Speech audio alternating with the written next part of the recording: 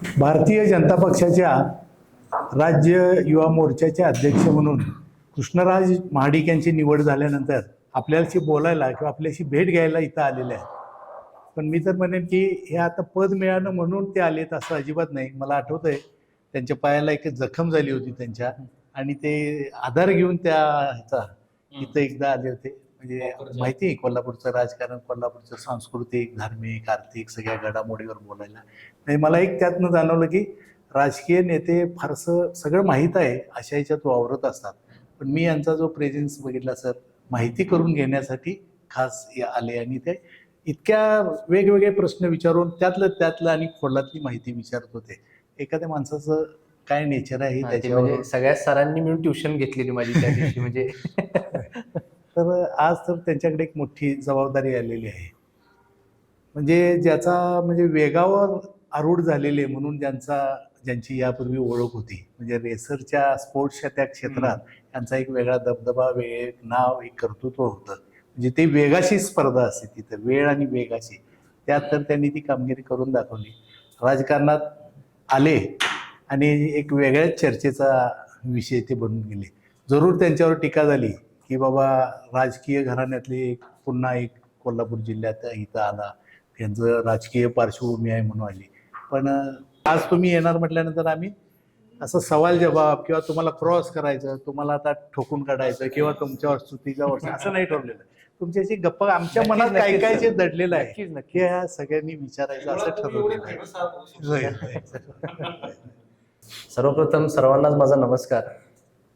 आज युवा मोर्चा या पदावरती बसत असताना सर्वात प्रथम तर मी सन्माननीय मुख्यमंत्री देवेंद्र फडणवीस साहेब आणि सन्माननीय आमचे प्रदेशाध्यक्ष रवींद्र चव्हाण साहेब यांचा हा निर्णय, हा खूप मोठा निर्णय, खूप मोठा सन्मान मला वाटते कोल्हापूरचा आहे, आमच्या संपूर्ण परिवाराचा आहे, माझा आहे.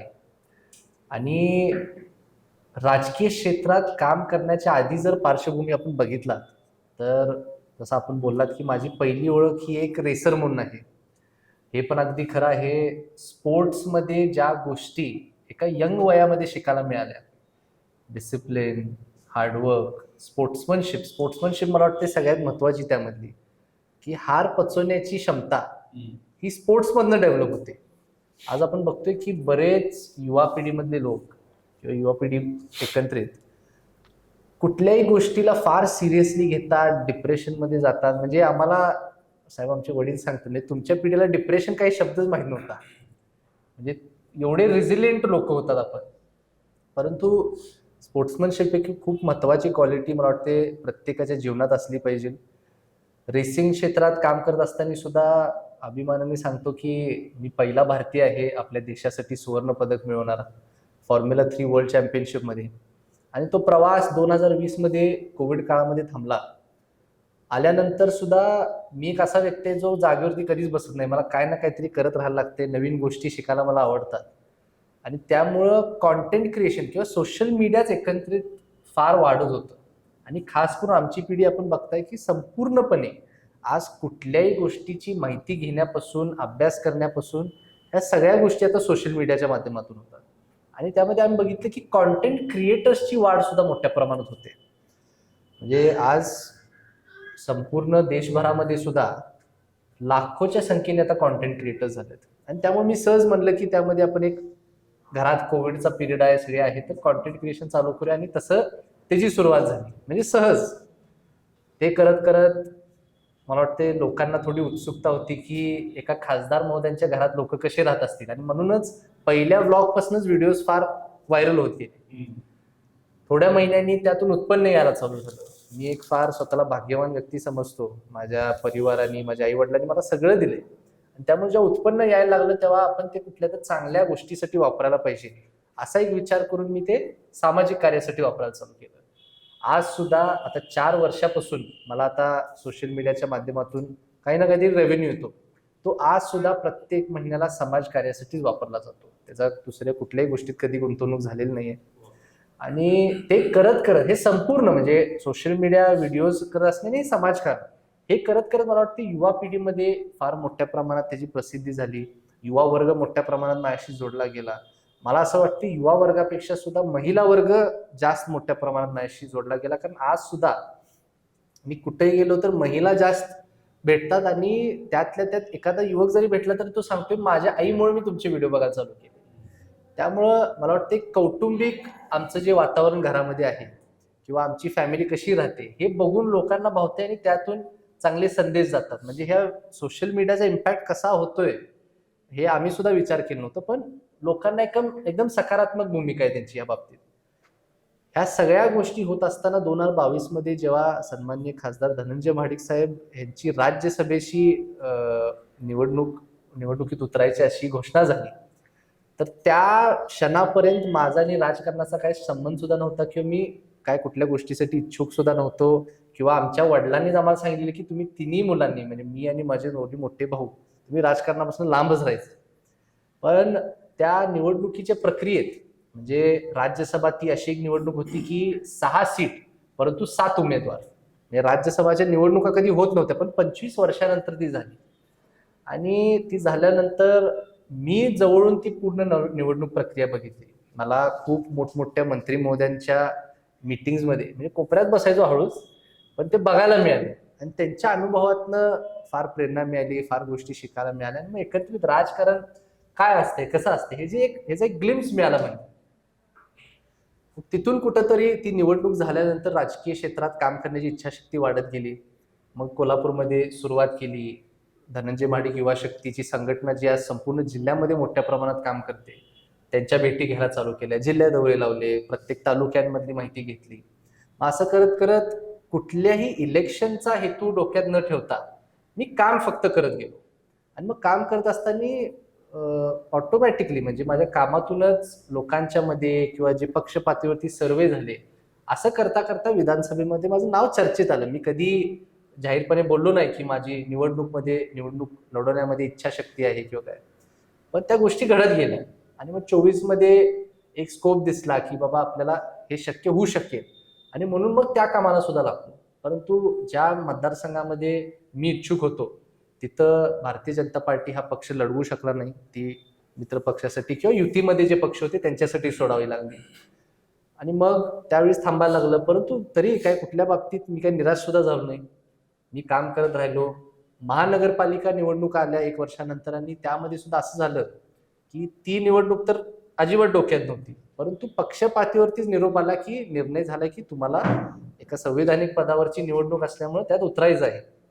मग त्यासाठी सुद्धा मी तयारी लागलो, फॉर्म भरला आणि ज्या दिवशी फॉर्म भरला त्याच दिवशी वरिष्ठ पातळीवरती म्हणजे दिल्लीवरून केंद्रातून हा निर्णय झाला की कुठल्याही आमदार महोदय, खासदार महोदय, मंत्री महोदयांच्या मुलांना हे निवडणुकीत उतरायचं नाही. आणि म्हणून त्यावेळेस पण मला परत एकदा थांबावं लागलं आणि मी पक्षाचा त्यांच्या शब्दाला मान ठेवून मी माघार घेतली. तरी सुद्धा कुठल्याही बाबतीत निराश नव्हता. मी काम करत राहिलो. म्हणजे कारण मी कुठल्या पदासाठी कधी काम केलेलंच नाही. मी माझं समाजकारण करत राहिलेलो आहे आणि करत राहणार सुद्धा. पण हे सगळं करत असताना मला वाटते माझं काम, माझे विचार, माझ्या युवकांबरोबरचा, महिलांबरोबरचा जो कनेक्ट आहे किंवा माझ्यावरती प्रेम करणारे जे सर्व लोक पक्षाला दिसले असतील, हे सगळ्या गोष्टी डोक्यात धरून मला वाटते सन्माननीय मुख्यमंत्री महोदयांनी आणि अध्यक्ष महोदयांनी माझी निवड केली असावी. मला खूपच आनंद आहे. मी खूप उत्सुक आहे. ही संधी माझ्यासाठी आत्ताच्या घडीला म्हणजे कुठल्याही आमदारकीच्या निवडणुकीपेक्षा महानगरपालिकेच्या निवडणुकी स्वतः मोठी आहे. कारण मी स्वतःला एका प्रभागापुरता किंवा एका विधानसभा मतदारसंघापुरता किंवा एखाद्या जिल्हापुरता मर्यादित ठेवलं असतं, परंतु आता संपूर्ण महाराष्ट्रामध्ये मला काम करण्याची संधी मिळाली जी फार मोठी आहे. म्हणजे राजकारणात ही काम करण्याची पहिलीच पायरी, परंतु ही पहिलीच पायरी एवढी मोठी आहे की संधी आता मोठ्या प्रमाणातून पुढे भविष्यात मिळणार. भारतीय जनता पार्टी हा पक्ष सुद्धा असा आहे, फार शिस्त आहे. ग्राउंडवरती काम करणाऱ्या कार्यकर्त्याला नेहमी म्हणजे खूप म्हणजे आपण जर चंद्रकांत दादा म्हणजे आज कोल्हापूरचं पण उदाहरण घेत असताना 2014च्या आधी चंद्रकांत दादा पण म्हणजे कार्यकर्ते होते पक्षाचे, परंतु त्यांना ज्या पातळीवरती त्यांनी जाऊन ठेवलं. त्यामुळं असे अनेक किस्से आहेत जे भाजपमध्ये आम्ही बघितले की कार्यकर्त्याला न्याय देण्याचं किंवा कार्यकर्त्याला खूप मोठ्या पदावरती जाऊन ठेवण्याचं ते करतात. मला कुठला त्यांनी न्याय दिला मी असं म्हणणार नाही, कारण माझ्यावर अन्याय झालाच नाही. मुळात मला जे काय होतं पक्षाला त्यावेळेस ते योग्य वाटलं म्हणून ते केलं आणि ते मला पण पटते. मला त्या बाबतीत अजिबात कुठल्या गोष्टीचं वाईट वाटत नाही. आणि आता इथून पुढं जात असताना युवा मोर्चाचं पद स्वीकारत असताना सर्व सन्मान्य वरिष्ठ नेते मंडळींचा आशीर्वाद स्वीकारत असताना माझ्या मागच्या 3-4 दिवसाचाच अनुभव एवढा अनमोल राहिलेला आहे. मी बघतोय की संपूर्ण म्हणजे मी 3-4 दिवसात आता सर्व जिल्ह्यांची नाव पाठ झाले आता 36 जिल्ह्यांची. सर्व जिल्ह्यातून मला फोन आले, प्रत्येक तालुक्यातून फोन आले. युवा मोर्चाच्या खास करून पदाधिकाऱ्यांनी फोन करून शुभेच्छा दिल्या. आणि घरात किंवा महाडिक परिवारामध्ये अनेक मोठमोठी पदं आम्ही बघितल्यात, परंतु जेव्हा स्वतःची वेळ येते आणि स्वतःची वेळ येत असताना सुद्धा राज्य पातळीवरचं पद मिळाले. त्यामुळं उत्साह ह्या गोष्टीचा आहे की पूर्ण राज्यात आता लोकांशी कनेक्ट व्हायला मिळणार आहे. पण मला वाटतं एक गोष्ट जी अनेक लोकांना लक्षात आली नाही, ज्याचा पुरेपूर फायदा मी करून घेणार, की राज्य पातळीवरचं जेव्हा पद मिळतंय तेव्हा तुम्ही राज्याच्या लोकांबरोबर तर ऑटोमॅटिकली कनेक्ट होत आहे, परंतु मला असं वाटतं की मला देश पातळीवरती कनेक्ट होण्याची संधी आहे. आज जसा मी प्रदेशावरती अध्यक्ष आहे तसं संपूर्ण राष्ट्रीय कार्यकारिणीमध्ये प्रत्येक प्रदेशाचे आपापले युवा मोर्चाचे अध्यक्ष आहेत, महिला मोर्चाचे अध्यक्ष आहेत, भारतीय जनता पार्टीचे फादर बॉडीचे जे अध्यक्ष असतील. मला उलट नॅशनल लेवलला सगळ्यांबरोबर कनेक्ट होण्याची संधी मिळाली आणि ते मी करणार सुद्धा. मी राज्य पातळीवरचे आमचे भाजपचे संघटनात्मक 80 कार्यक्षेत्र आहेत किंवा मतदारसंघ आहेत. मी 80च्या 80 फादर बॉडी, महिला मोर्चा आणि युवा मोर्चा या सगळ्यांशी बोलणं सुद्धा माझं झालं आहे. त्याचबरोबर युवा मोर्चाचे जे माजी प्रदेश अध्यक्ष राहिलेले आहेत त्या सगळ्यांशी माझं बोलणं झालंय. अधिवेशन चालू असल्यामुळं मी सुद्धा मुंबईत असल्यामुळं सर्व आमदार महोदय, सर्व मंत्री महोदय ह्या सगळ्यांच्या भेटी झाल्या. सगळ्यांनी खूप सुंदर मार्गदर्शन केलं, खूप चांगल्या सूचना दिल्या. कारण प्रत्येकाने ह्या संघटनेचं काम करत करत वर आलं. त्यामुळे प्रत्येकाचा आपापला एक अनुभव अनमोल आहे आणि प्रत्येकाच्या अनुभवातनं मला शिकायला आवडतंय आणि ते मी करत आलो आहे. आणि एकत्रित इथून पुढचा जो कार्यकाल म्हणजे मला वाटतंय सन्माननीय मुख्यमंत्री महोदयांच्या माध्यमातून ऑलरेडी महाराष्ट्र राज्य हा सुवर्णकाल बघतच आहे, परंतु आता युवा मोर्चासाठी किंवा युवा पिढीसाठी इथून पुढे आता एक सुवर्णकाळ सन्माननीय मुख्यमंत्री महोदयांच्या आशीर्वादाने मला तयार करायचा आहे. युवकांशी निगडीत कुठलाही प्रश्न असो, तो रोजगाराचा असो, क्रीडाचा असो, शिक्षणाचा असो, कुठलेही त्यांच्या विषय असो, त्यामध्ये आम्ही कामकाज करत राहणार. आणि एकत्रित हे जे युवाचं पद आहे हे मला असं वाटतं की पक्षाचं सगळ्यात युनिक पद मी म्हणू शकतोय. का? कारण आम्ही प्रत्येक विषयामध्ये हात घालून काम करू शकतो. मी बघतोय फादर बॉडीचे जे काम आहे ते प्युअरली पॉलिटिकल बेस्ड आहे. महिलांचं जे महिला मोर्चाचं असेल ते प्युअरली महिलांशी निगडीत आहे, परंतु आम्ही युवा म्हणून आम्ही समाजकार्यामध्ये लक्ष घालू शकतोय, विकासकारणामध्ये लक्ष घालू शकतोय, राजकारणाबद्दल शिकू शकतोय. अशा अनेक क्षेत्रांमध्ये आम्हाला एकत्रित काम करण्याची संधी आहे. त्याचा पुरेपूर आम्ही वापर करणार. आपल्या इथे यायच्या आधीच मी कोल्हापूर जिल्ह्याची संपूर्ण युवा मोर्चाची मीटिंग बोलली होती, त्यांच्यावर बसलो, त्यांना सगळ्यांना भेटून सुद्धा फार आनंद झाला. कोल्हापूरमध्ये युवा मोर्चा कसं सक्षम करता येईल ह्याचा आमचा फोकस आहे. आणि एकत्रित येणाऱ्या काळात फादर बॉडीच्या 2 पावलं पुढं ही युवा मोर्चाची पिढी किंवा युवा पिढी किंवा युवा मोर्चाची संपूर्ण संघटना कशी काम करू शकेल हे आमचं ध्येय आहे. मला असं वाटतंय की राजकारणामध्ये किती अभ्यास लागतो हे कधी कधी लोक अंडर एस्टिमेट करतात. राजकारणामध्ये तुम्हाला प्रत्येक क्षेत्रामधली माहिती असणं गरजेचं असते, प्रत्येक क्षेत्राचा अभ्यास असणं महत्वाचं असते आणि त्याचबरोबर प्रत्येक विषयावरती तुम्हाला बोललं आलं पाहिजे. म्हणजे आज अनेक असे प्रोफेशन्स आहेत, डॉक्टर्स आहेत, ॲडव्होकेट्स आहेत, असे अनेक प्रोफेशन्स आहेत ज्यामध्ये त्या क्षेत्राशी निगडीत. परंतु राजकारण हे एक असं म्हणजे ते एक युनिव्हर्सच आहे, स्वतःच एक ब्रह्मांड आहे ते, ज्यामध्ये प्रत्येक विषयाचा आपल्याला अभ्यास करावा लागतो. स्पोर्ट्स पण तुम्ही जेव्हा म्हणला तेव्हा आम्हाला आमच्या टेक्निकवरती फोकस करायचा आहे, परंतु ह्यामध्ये सर्व गोष्टींची माहिती घेणं गरजेचं असते. त्यामुळं धक्केपेक्षा मी म्हणेन की इथून पुढच्या कामकाजात करत असताना अभ्यासपूर्वक उतरणं हे अतिशय गरजेचं आहे. म्हणजे मी असं कुणाबद्दल वाईट नाही, पण पॉलिटिक्स एक ग्लोरिफाईड प्रोफेशन असल्यामुळं सुद्धा ना लोक कधी कधी त्यामध्ये हे किती मोठं नाव होते हे विचार करून कधी कधी येतात, परंतु तसं नाही केलं पाहिजे. मी सर्वच तुमच्या माध्यमातून सुद्धा सर्व युवा पिढीला खास करून आवाहन करतो की जेव्हा तुम्ही राजकारणात येताय तेव्हा त्याच्या पाठीमागचा अभ्यास किती केला पाहिजे ह्या तयारीने आपण सगळ्यांनी यावं असं मला वाटतंय. नाही, रेसिंग एक असं क्षेत्र होतं ज्यामध्ये मला वाटलं मी की आयुष्यभर करत राहील, परंतु कोविड सारख्या काही गोष्टी झाल्या पण मी परत आल्यानंतर पण आपण बघताय म्हणजे काही लाईफ चेंजिंग गोष्टी माझ्या आयुष्यामध्ये झाल्या. आणि आता राजकारण जास्त इंटरेस्टिंग आहे, कारण मी जर सांगितलं यात शिकायचं भरपूर आहे. आणि मला वाटते मी ज्या गोष्टीसाठी उत्सुकता आहे ते म्हणजे जे चॅलेंजेस आहेत. मला वाटते मी युवा मोर्चा म्हणून पण ज्या काही विरोधी लोकांना जाऊन चॅलेंज करावं लागेल किंवा त्यांच्याशी जे भिडायला लागेल, मला त्या गोष्टीसाठी जास्त मी उत्सुकता आहे, की एखाद्या व्यक्तीपेक्षा 2 गोष्टी जास्त माहिती असणं आणि त्याच्यावर त्यांना चॅलेंज करणं, हे हे मला जास्त करायचं आहे. आणि आता मी तुमच्या प्रश्नाचं उत्तर द्यायला लागलं तर आधी रेसिंग होतं लहानपणी, परंतु आता राजकारण. जेव्हा एखादी व्यक्ती तुमच्या घरात मोठं नाव करतात किंवा मोठं पद भोगतात, म्हणजे एखादं उदाहरण जर द्यायचं झालं तर ऍक्टिंग या क्षेत्रामध्ये अमिताभ बच्चन साहेब आहेत, त्यांचे चिरंजीव आहेत अभिषेक बच्चनजी. क्रिकेटमध्ये सचिन तेंडुलकरजी आहेत, त्यांचे चिरंजीव आहेत अर्जुन. त्यामुळं एकंदरीत जेव्हा एखादा व्यक्ती एका क्षेत्रामध्ये उत्तम कामगिरी करतो, त्यावेळेस अनेक वेळा आपण बघितले की त्यांच्या घरातल्या व्यक्तीशी त्यांची तुलना केली जाते. मला असं वाटते प्रत्येक व्यक्ती त्याच्या वैयक्तिक जीवनामध्ये तो स्वतः त्याचं कॅरेक्टर कसं बिल्ड करतोय ह्याच्यावरती जास्त फोकस करून त्यांनी सगळ्यांनी काम नेहमी करत आलेले आहे. पण तो तुलना करण्यापेक्षा मला असं वाटतं की ऑलरेडी आज महादेवराव महाडिक साहेब असतील, धनंजय महाडिक साहेब असतील, अमल महाडिक साहेब असतील, यांनी सगळ्यांनी खूप मोठा बेंचमार्क सेट केला. आणि हे सगळं बेंचमार्क सेट करत असताना पण मी बघितलं की त्यांचा जो प्रवास आहे, आज त्यांचं जे वयोगट आहे किंवा त्या पोझिशनला जाण्यापर्यंतचा त्यांची जी मेहनत आहे, जे कष्ट आहे, जे वर्ष त्यांनी घालवले आहेत, हे खूप मौल्यवान राहिले. पण माझ्यासाठी आज वयाच्या 27व्या वर्षी राज्य पातळीवरचं पद मिळणं हे अतिशय मोठी गोष्ट आहे. आणि ह्यामध्ये एकंदरीत पक्षाने जी माझ्यावरती ह्या यंग एजमध्ये जबाबदारी सोपवली, ही सुद्धा फार माझ्यासाठी महत्वाकांक्षी आहे. अगदी खरं आहे की तुम्ही जेव्हा कॉम्पिटिशन करताय, म्हणजे हेल्दी कॉम्पिटिशन आहे ते, तसं मला असं वाटतं की वडिलांनी आजपर्यंत जे काय कमवलंय त्याच्या पुढे जाऊन आपण काय करू शकतो हे नेहमी टार्गेट राहणार. आणि मला वाटते मी अगदी त्या ट्रॅकवरती आहे.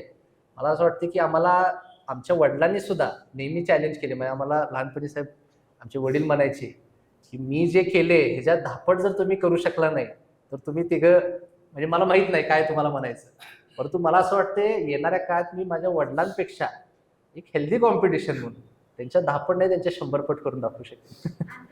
नाही, मला खरं सांगू तर कसलंच प्रेशर वाटत नाहीये. मला मुंबईत असताना, पुण्यात असताना सुद्धा बरेच पत्रकारांनी पण अडवे तिडवे प्रश्न वगैरे विचारले, परंतु मला चूक करायची पण भीती वाटत नाही. मला असं वाटतं की चूक झाली तरी जाऊन दे, त्यातनं आपल्याला शिकायला मिळते. कारण हे माझं वय आहे, हे पद माझ्या भविष्यासाठीची पायाभरणी आहे. हे पद आता आहे म्हणून ह्याच्यावरती काम करत राहणं यशस्वीपर्यंत करूच, परंतु मी हे आता बघतोय की ह्याच्यावरती फाउंडेशन कसं उभा करायचं, ह्याच्यावरती काम कशा पद्धतीने केलं पाहिजे की इथून पुढचं मी 10, 15, 20 वर्षाच्या भविष्याच्या राजकारणात सक्रियपणे करू शकेन, असं मी बघतोय. आणि युवकांची संख्या आणि युवकांच्या वाट्याला आलेल्या अलीकडच्या काळातलं बेरोजगारी, त्यांच्यातली स्पर्धा, किंवा रोजगार करायचं असलं तर अर्थसहाय्य वगैरे, याच्यातल्या जे अनुभव आहेत त्या मुलांचे, हो, ते म्हणजे एकापेक्षा एकाचा वेगळा, एकापेक्षा एकाचा वेगळा असेल. बरोबर. तर तुम्ही कसं त्याच्याशी संपर्क, भाजप युवा मोर्चाचे सभासद किती झाले, हो, कशी मिरवणूक निघाली, कसा जल्लोष होता, यापेक्षा अगदी अगदी यांच्यासाठी काय करायचं डोक्यात आहे? पण अगदी एका दिवसात कांडी फिरावी अशी कोणाची बरोबर, अपेक्षा नाही, बरोबर. पण तरी. नाही, तुम्ही प्रश्न अगदी चांगला विचारला आहे. मी आजपर्यंत कोल्हापूर जिल्ह्यामध्ये तरी जोपर्यंत काम करत होतो, आज मी बघतोय IT पार्कचा एक मोठा प्रश्न प्रलंबित हा कोल्हापूर जिल्ह्यासाठी होता.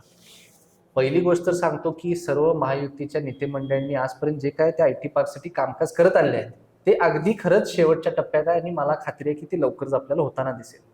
ते सोडून सुद्धा इथून पुढे आता जे काय रोजगाराचे प्रश्न असतील, ते मी ग्राउंडवरती प्रत्येक जिल्ह्यामध्ये दौरे लावून जेव्हा युवकांबरोबर बसीन, बोलीन, तेव्हा मला त्या जिल्ह्यातल्या सुद्धा समस्या कळतील. एक आनंदाची गोष्ट अशी सुद्धा आहे की भारतीय जनता पार्टीचं स्किल डेव्हलपमेंट आणि एम्प्लॉयमेंट हे दोन्ही सुद्धा खाते हे मंगलप्रभात लोढाजींकडे आहेत. त्यांच्या माध्यमातून केंद्राचे आणि राज्याच्या अशा काही आता योजना आहेत, जॉब फेअर्स असतील, स्किल डेव्हलपमेंट सेंटर्स उभा करणं असतील, अशा काही योजना ते ऑलरेडी राबवत आहेत. शासन खूप मोठ्या प्रमाणात, म्हणजे बऱ्यापैकी 100% खर्च उचलून ते जिल्ह्यामध्ये प्रत्येक ते राबवत आहेत आणि त्यावरती आमचा जास्त भर असणार आहे. कारण रोजगार निर्मिती सुद्धा आज आपण म्हणजे एवढा मोठा राज्य, एवढा मोठा देश, एवढी मोठी लोकसंख्या, परंतु प्रत्येकाला रोजगार जॉब्सच्या माध्यमातूनच मिळणं हे शक्यच नाही, हे कधीच होऊ शकणार नाही. आणि त्याचबरोबर आमचा फोकस हा बिझनेस आणि ऑन्टरप्रिनरशिपवर पण असणार. आज असे अनेक कोर्सेस आहेत की मुलांना बिझनेसकडे कसा वळवायचा किंवा ऑन्टरप्रिनरशिप कडे कसं वळवायचा, आम्ही हे सुद्धा बघितलं. तर स्पर्धा परीक्षासाठी काही हजार सीट्स प्रत्येक वर्षी निघतात, परंतु लाखोच्या संख्येने त्यामध्ये ऍप्लिकेशन केले जातात. आणि मी जेव्हा त्या मुलांशी, मला आठवते जेव्हा बोललो होतो, तेव्हा त्यांनी मला सांगितलं तर रिस्क फॅक्टर बद्दल, की आम्ही व्यवसायात आलो तर आम्हाला आर्थिक रिस्क एवढा आहे, इथं तर आर्थिक रिस्क तर नाही. परंतु स्पर्धा परीक्षा करत असताना सुद्धा मला वाटतं एक बेसिक कॅल्क्युलेशन जर तुम्ही बघितला, की जर 2,000-3,000ची संख्येची जर सीट्स असतील, त्याला 3 ते 4 लाख संख्येचे ऍप्लिकेशन देतात. त्यामुळे तो पण शेवटी रिस्कच आहे. तो पण कॅल्क्युलेशन मला वाटतं युवकांनी करणं गरजेचं आहे. आणि त्यासाठीच आज मुद्रा लोन फायनान्स सारखी योजना असतील किंवा स्टार्टअप इंडिया सारखी योजना असतील, अशा काही योजना आहेत जे म्हणजे सेल्फ एम्प्लॉयमेंट. ऑन्टरप्रिनरशिप म्हणजे काय? A person who can create employment for himself, हे ऑन्टरप्रिनरशिपचं लिटरल डेफिनेशन आहे. तर आम्हाला रोजगाराशी निगडीत job fair, skill development centre तर हा एक भाग आहे, पण मुलांना आम्हाला आता ऑन्टरप्रिनरशिप आणि बिझनेसकडे कसं वळवता येईल आणि त्यामध्ये शासकीय योजनांचा वापर कसा करता येईल ह्यावरती आमचा जास्त भर आहे. आता राजकीय मोर्चे असतात भरपूर, एखाद्याची विटंबना केली, राजकीय प्रश्न किंवा कोणाचा अपमान केला म्हणून मोर्चे निघत असतात. हो याबरोबरच शेतीमालाला भाव मिळत नाही, शेतकऱ्यांच्यासाठी सुद्धा मोर्चे निघणे गरजेचे हो. आहे. अशा वेळी तुमचा पक्ष भाजपा सत्तेमध्ये आहे आणि अशा वेळी असे मोर्चे निघणं गरजेचे आहे, जे वेगळी तुमची वेगळी वाटप वेगळी आयडेंटिटी सिद्ध करणारे आहेत. तर असे लाखो युवक आहेत किंवा शेतकरी की अशा प्रकारे असे जे बसलेले असतात की राजकीय पक्षांनी सुद्धा आमची बाजू घेतली, पुढच्या काळामध्ये आमचा प्रश्न विधिमंडळात मांडला, तर अशा वेळी तुमचं काय? नाही, अगदी करणार. जर एखादी गोष्ट सरकारच्या विरोधात जर काय होत असेल, ज्याला जो कायद्याच्या चौकटीत सुद्धा बरोबर आहे आणि विरोधात म्हणण्यापेक्षा सरकारकडनं काही मागणी आहे, तर त्यामध्ये सुद्धा आम्ही अगदी ग्राउंड लेवलवरती जाऊन त्या लोकांशी संपर्क साधू, त्यांच्या संपूर्ण गोष्टी काय असेल ते समजून घेऊ, त्याच्यावरती मार्ग काय आहे ह्याचा अभ्यास करू. आणि वेळोवेळी आम्ही सुद्धा, आज भलेही पक्षाचं पद आहे, परंतु आम्ही पक्ष पातळीवरती किंवा शासन पातळीवरती सुद्धा आम्ही आता सगळ्यांशी कनेक्ट झालो, आम्ही सर्व मंत्री महोदयांशी कनेक्ट झालो. त्यामुळे त्यावेळी लोकांचे जे विषय असतील आणि सरकारकडनं जी मागणी असेल ते आम्ही त्यांच्यापर्यंत 100% पोहोचवणार. योजना राबवणं हेच अतिशय आवश्यक आहे, कारण केंद्रात आणि राज्याच्या योजना बनवल्या गेल्यात आणि त्याचे जे शिल्पकार आहेत सगळे, मी त्यातल्या काही लोकांना सुद्धा ओळखतोय. म्हणजे फार विद्यमान लोक आहेत, फार हुशार लोक आहेत, लोकांच्या, सर्वसामान्य लोकांना फायदा व्हावा असे हे सर्व योजना बनवले गेले. त्यामुळं मला हे खात्रीपूर्वक माहिती आहे की भारतीय जनता पार्टीच्या प्रत्येक पदाधिकाऱ्यांनी आणि त्याचबरोबर प्रत्येक आमदार महोदय, खासदार महोदय, जिल्हा परिषद सदस्य असतील, नगरसेवक असतील, ह्या सर्वांनी फक्त ह्या योजना जरी लोकांपर्यंत, प्रत्येक योजना जरी लोकांपर्यंत पोहोचवण्याचा काम केलं ना, तर अनेक प्रश्न आपल्याला सुटताना दिसू शकतात. आज कुठं तर त्याच्यामध्ये गॅप दिसतो, तो गॅप आम्ही भरून काढण्यासाठी युवा मोर्चा म्हणून काम करत राहणार. आणि एकत्रित तुम्ही महाराष्ट्र आणि कोल्हापूरचं सुद्धा जे म्हणलात, पश्चिम महाराष्ट्रामध्ये ह्याच्या आधी अशी परिस्थिती होती की भारतीय जनता पार्टी थोडं वीक परफॉर्मन्स होता, परंतु आता ते संपूर्ण चित्र आम्ही धुवून काढले. तुम्ही जर पुण्यामध्ये सुद्धा बघितला, चंद्रकांत दादा असतील, मुरलीधर मोहोळ साहेब असतील, त्यांनी एक ऐतिहासिक रिझल्ट पुण्यामध्ये केला. कोल्हापूरमध्ये सुद्धा तुम्ही बघितला, सन्माननीय खासदार धनंजय महाडिक साहेब यांच्या अध्यक्षतेखाली संपूर्ण महानगरपालिकेचा आणि भारतीय जनता पार्टीचं केडर काम करत होतं. इतिहासामध्ये पहिल्यांदा महिला भारतीय जनता पार्टीच्या महापौर आपण त्या ठिकाणी बसवल्या. त्यामुळं मला अगदी आनंद आहे की एवढ्या सगळ्या चांगल्या नेते मंडळींच्या मार्गदर्शनाखाली मला काम करायला मिळत आहे. एकत्रित चांगलं चित्र आहे. आता महानगरपालिकेचा एक प्रभाग आणि विधानसभेचा एक मतदारसंघ, ते तेवढंच आहे. म्हणजे तुम्ही विधानसभेच्या मतदारसंघापासून म्हणजे ती एक टर्म नंतर दुसऱ्या टर्म जास्तीत जास्त जिल्ह्याच्या राजकारणात तुम्ही जाल, परंतु ह्या पदामुळे आता राज्याच्या राजकारणात, आणि तुम्ही याच्या आधीचा पण जर इतिहास बघितला, जे कोण प्रदेशाध्यक्ष राहिलेले आहेत त्यांचा प्रवास वाढतच गेलाय. म्हणजे ह्या पदावरनं जे कोण पुढे गेलेत ना, ते पक्ष पातळीवरती राज्यस्तर, राष्ट्रीय स्तरावरती जाऊन ते आज काम करताना आपल्याला दिसतात. त्यामुळे इथून पुढं भविष्य मोठंच आहे असं मला खात्री आहे. कृष्णराजे एक अतिशय गंभीर असा प्रश्न जो कुठल्या पक्षाशी वगैरे निगडीत नाही. मुलं म्हणजे तरुण म्हटलं तर तो मिरवणुकीत नाचणार, जल्लोष करणार, वेगानं गाड्या पळवणार, नव्या नव्या फॅशन बरोबर. जे येईल ते चित्रपट बघणार, हे सगळं आलं आणि गृहीतच झालं त्यालाच तरुण म्हणायचं. तर अलीकडचा जो तरुण गांजाच्या ह्याच्यात जो अडकलेला आहे आणि व्यसनाधीन, ही फक्त राज्याचं नंतर आपण बोलू साहेब, कोल्हापुरातली जी सेंटर आहे, बरोबर. उघड मावा मिळणार फक्त कोल्हापूर हे ठिकाण आहे. पोलिसांना माहित आहेत, आम्हाला माहित आहेत, आम्ही तुम्हाला सांगतो. हे जे वाढलेलं ह्यात जो तरुण गुंतला गेलेला आहे, खरं. त्या गांजाच्या नशेत पहिल्या 20 मिनिटात जर त्याला सांगितलं आता जाऊन तू अमुक अमुक कर, खरंय 15 मिनिटात 20 मिनिटात, आणि ती सगळी आपल्या आसपास कार्यकर्त्यांची मुलं असतील तुमच्या, तर याच्यासाठी काय एक डोक्यात आहे तुमचा? हा फक्त कोल्हापूरचा प्रश्न नाही, पण कोल्हापुरात तर पावला पावलाला मिळतोय गांजा अशी परिस्थिती आहे. पावला पावलाला मावा मिळतो अशी, तोंडात दिवसभर मावा, बरोबर. गुंगी तर त्या राहणं, आणि नंतर काही वर्षानं गाल काढावा लागणं असली किती बरोबर. तरुण तुम्ही बघितले. त्याच्यासाठी काय करता येईल? नाही सर, किंवा काय हा डोक्यात? खरंच खूप महत्वाचा प्रश्न आहे आणि खूप गांभीर्याने तो त्याच्यावरती काम करणं सुद्धा आवश्यक आहे. दुर्दैव सगळ्यात ह्या गोष्टीचं आहे की बहुतांश केसेस आता कोल्हापूरमध्ये मिळायला लागलेत. म्हणजे जर एकंदरीत संपूर्ण याच्यातलं चित्र बघितलं तर कोल्हापूरमध्ये त्याचं प्रमाण फार वाढताना दिसतंय.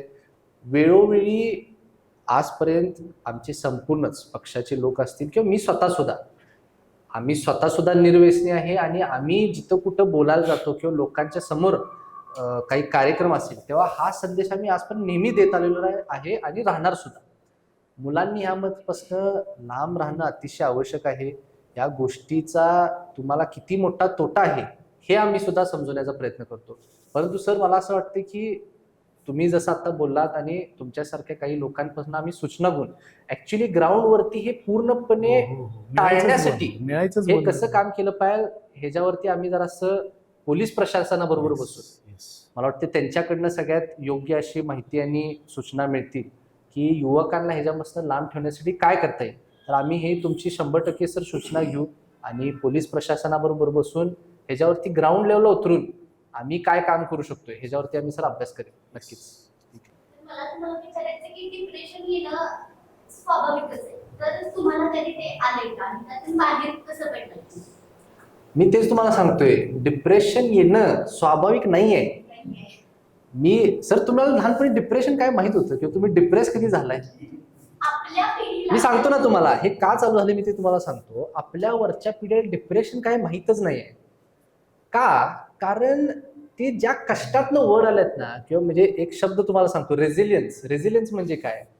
म्हणजे तुम्ही कितीही तुमचा वाईट काळ असून देत, त्यातनं बाहेर कसं पडायचं हेच डोकं चालते ना. हे म्हणजे आता आपण चौघं यंग आहेत, टेबलवरती बसलेले जे बाकी सगळी लोक आहेत ना, हे रेझिलियंट लोक आहेत. ह्यांना डिप्रेशन वगैरे माहित नाही. त्यांनी आपण फार भाग्यवान आहे, आपल्याला एसीच्या खोलीत झोपायला मिळते, 3 टाइम जेवण आहे. कदाचित हे काळ ह्यांना प्रत्येकाला नव्हता.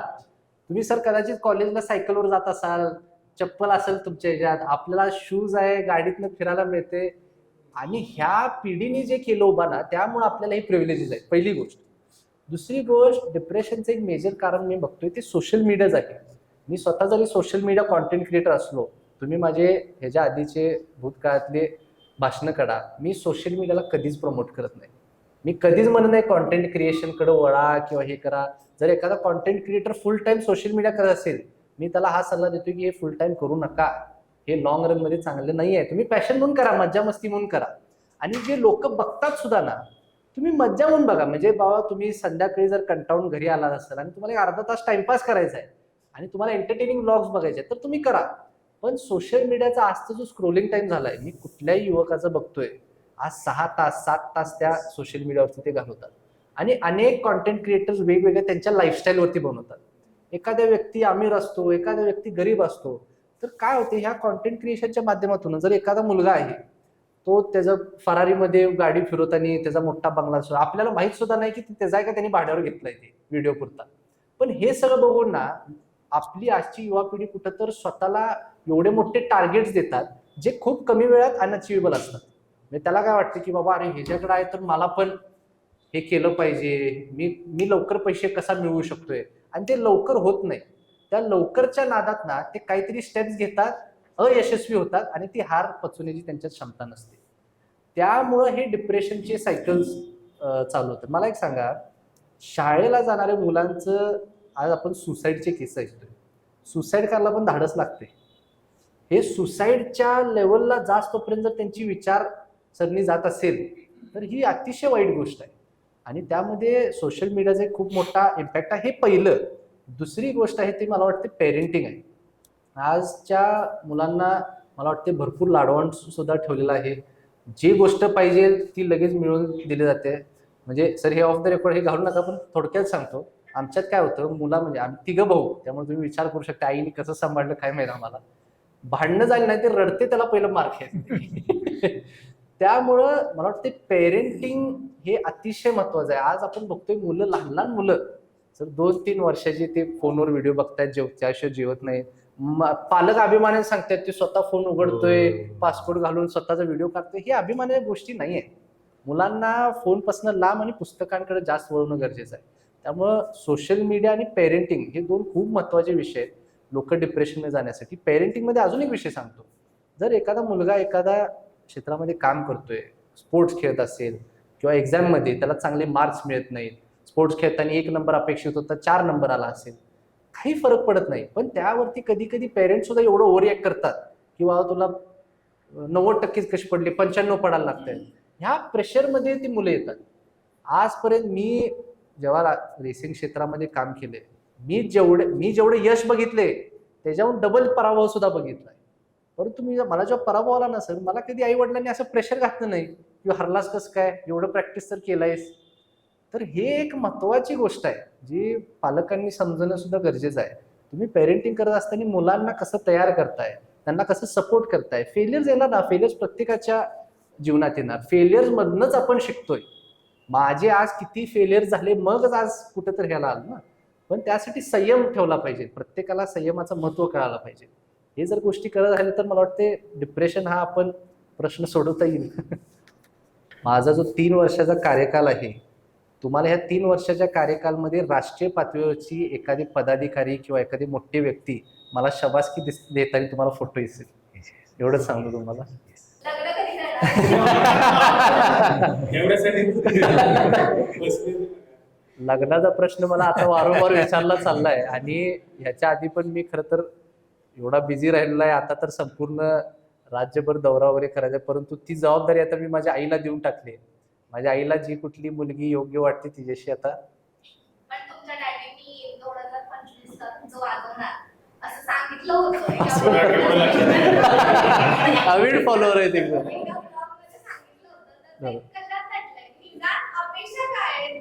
नाही तटाईचा काही विषयच नाहीये. काय आहे, मी स्वतः सुद्धा माझ्या कामामध्ये एवढा गुंतलेला असतो की आमच्या घरातले सगळेच की त्या गोष्टीकडे एवढं लक्ष देऊन बघितलं गेलं नव्हतं. म्हणजे काय आहे, माझ्या फॉलोअर्सला आणि राज्यभरातल्या लोकांना फार उत्सुकता लागली आहे माझ्या लग्नाची, परंतु आम्ही घरातच असं म्हणजे माझ्या घरात माझ्या लग्नाची चर्चा सुद्धा नाहीये. म्हणजे एवढ्यापर्यंत सांगतो तुम्हाला. कारण आम्ही एकत्र सुद्धा बसत नाही. आम्ही 5 माझे दोन्ही मोठे बंधू, माझे आई वडील असतील, आम्ही एकत्र बसून असं काही वैयक्तिक जीवनाबद्दल चर्चा अशी फार होत पण नाही. पण होईल, जेव्हा काही होईल तुम्हाला आमंत्रण नक्की असेल सगळ्यांना. नाही मी खरं सांगतो, मला काय अपेक्षा नाही. आम्ही खूप कल्चर्ड लोक आहे. माझ्या आई वडिलांना सांभाळेल, माझ्या आजी आजोबांचा आदर करेल, माझ्या भावांचा वहिनींचा आदर करेल आणि सगळ्यांना घेऊन एकत्र व्यवस्थित राहील, स्वतः काम करेल. अशी एवढीच माझे काय म्हणजे सगळ्यांना सांभाळव. माझं प्राधान्य शेवट उलट आमच्या घरातल्यांना सगळ्यांना सांभाळायला यावं तिला, एवढीच माझी अपेक्षा आहे.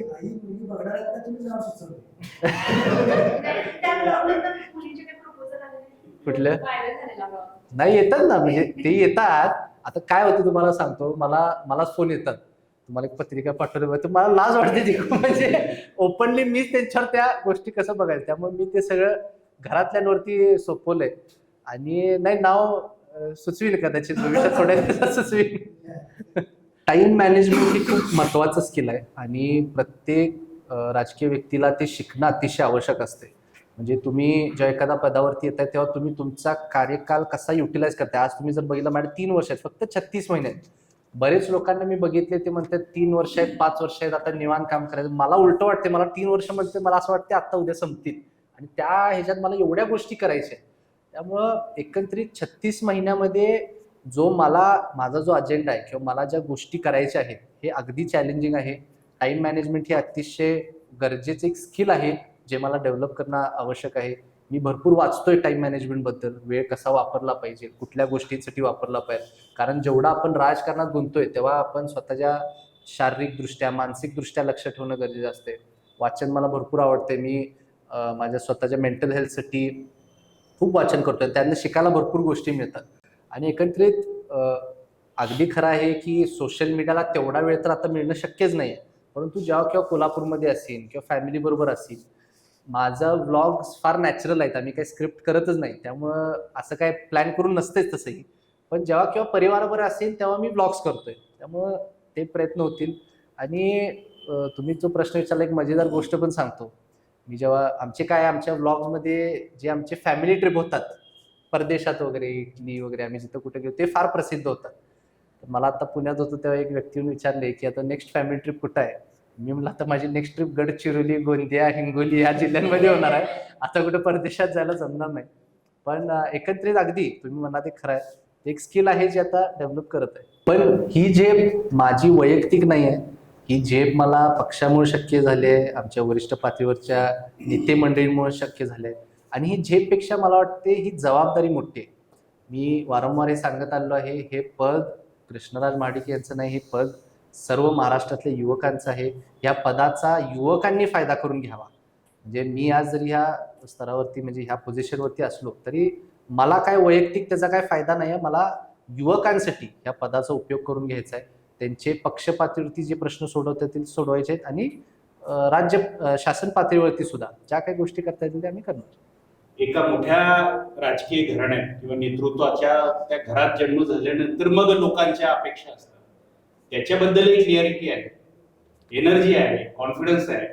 महत्वाचं म्हणजे आकलन आहे आणि युवकांचे जे प्रश्न आहेत ते समजून घेण्याचं जे हे असतं आकलन, उत्सुकता, तर ती त्यांच्याजवळ आहे. सरांनी आता सांगितलं त्याच्याबद्दलची क्लिअरिटी आहे. मला असं वाटतं की हे असं नातं तुमचं या कोल्हापूरच्या मातीशी नक्कीच कायम असावं आणि तुमची झेप आकाशी असावी. मोठी संधी पक्षाने तुम्हाला दिली. काही मोजके युवा नेतृत्व आता भाजपने खूप उभे करतायत वेगवेगळ्या राज्यांमधून. त्याच्यात तुमचा नाव अग्रक्रमाने यावं आणि बाप से बेटा सवाई व्हावा या तुम्हाला शुभेच्छा देतो. नक्कीच सर, धन्यवाद. तुमच्या हातून युवकांसाठी मोठं काम घडावं. धन्यवाद सर, धन्यवाद, आभारी. आणि धन्यवाद. तुम्ही आलात याच्याबद्दल धन्यवाद नाही, म्हणतो नाही, आणि नाही. तुम्हाला शुभेच्छा या सगळीकडे देतो. नाही सर, माझी एक शेवटची म्हणजे सर्वांनाच विनंती आहे. मी कुठलंही पद वगैरे हे झालं तरी मी कधी स्वतःला तुमच्यासारख्या लोकांपेक्षा कधीही मोठा समजणार नाही. मी आजपर्यंत तुमच्यासारख्या लोकांच्या अनुभवातून किंवा आजपर्यंत तुम्ही ज्या गोष्टी शिकलाय त्यातूनच शिकण्याचा प्रयत्न करतोय. त्यामुळे माझी एक विनंती आहे, मी इथून पुढं तुम्हाला म्हणजे हे बातम्या वगैरे तर एक भाग, मी त्रास ह्याचा देईन की मला तुम्ही डिरेक्शन द्या. कोल्हापूरच्या गोष्टींबद्दल तुम्ही सुद्धा माहिती द्या. कोल्हापूर पुरोगामी सगळे म्हणतात, ह्याचा अर्थ काय आहे हा मला समजून घ्यायचा आहे. त्या विषयावरती कसं काम केलं पाहिजे. तर मला वाटतं कोल्हापूर ही संपूर्ण राज्यामधले खूप महत्वाचा जिल्हा आहे. आपल्यासारखा इतिहास तर कुणाचाच नाही असं म्हणजे मला वैयक्तिक वाटते. तर हा इतिहास सगळीकडे कसा पोहोचवता येईल किंवा कोल्हापूर कसं वाढवता येईल आणि राज्यभरातले लोक आपल्या शहरासाठी आपल्या जिल्ह्यासाठी कसे अट्रॅक्ट करता येईल हे मला तुमच्या साईडकडनं शिकायचं. त्यामुळे मी टाइम टू टाइम तुम्हाला फोन करत जाईन, थोडासा तुम्हाला त्रास देईन की तुमचं मार्गदर्शन मला लागेल. पण आपण असंच नेहमी नक्की प्लीज करत जावं अशी आपल्याला विनंती करतो.